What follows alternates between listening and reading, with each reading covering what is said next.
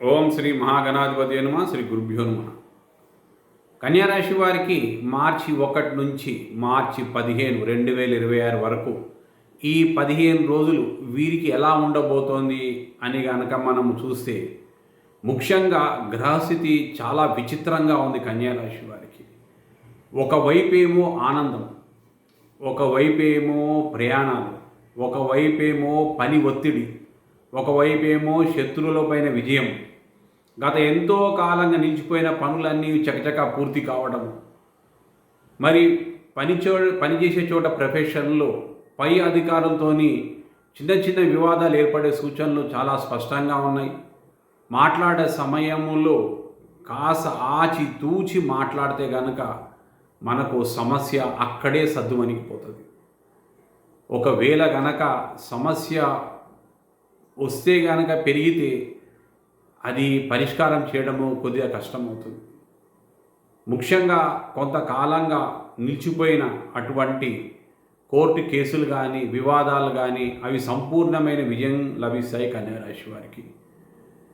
ఎందుకంటే భూకారకుడైన కుజుడు అక్కడే ఉండడం వల్ల మీరు ల్యాండ్స్ మీద డిస్ప్యూట్స్ ఉంటే అలాంటి సెటిల్ కావడం, గత కాలం ల్యాండ్స్ నిలిచిపోయిన వాటికి లాభాలు రావడము అలాంటివి మీకు ఆకస్మికంగా సంభవిస్తాయి. ప్రొఫెషన్ పరంగా చాలా జాగ్రత్తగా ఉండవలసినటువంటి సమయం కన్యారాశి వారు. ఎందుకంటే ఒక వార్త ఆనందం కలిగిస్తుంది. ఆ వార్త ఆనందం నిలిపే లోపలే ఇంకొక వార్త వస్తుంది. పని ఒత్తిడి, తీవ్రమైన పని ఒత్తిడి గురి అవకాశం ఉంది. తదుపరి సప్తమ స్థానంలో శని భగవానుడు, అక్కడ శుక్ర భగవానుడు కొనసాగుతూ ఉండడంతో సప్తమ స్థానం మనకి ఆకస్మికంగా వ్యాపారస్తులకు కానీ ఉద్యోగస్తులకు కానీ ఫ్యామిలీ ప్రాబ్లమ్స్ క్రియేట్ అయ్యే అవకాశాలు చాలా స్పష్టంగా ఉన్నాయి. ఎందుకంటే కుటుంబ సమస్యలు కొంత ఇబ్బంది కలిగించినా అవి మీకు చివరిలో మీకు ప్రశాంతతనిస్తాయి. కొద్దిగా ఇక్కడ టోటల్గా మనం గమనించవలసింది ఏంటంటే, కన్యారాశి వారు నిర్ణయాలు తీసుకునేటప్పుడు ఆచితూచి నిర్ణయాలు తీసుకోవాల్సినటువంటి సమయం. మరి శుక్ర భగవానుడు అక్కడే ఉండడంతో ప్రేమ వ్యవహారాలు చాలా వరకు కలిసి వస్తాయి.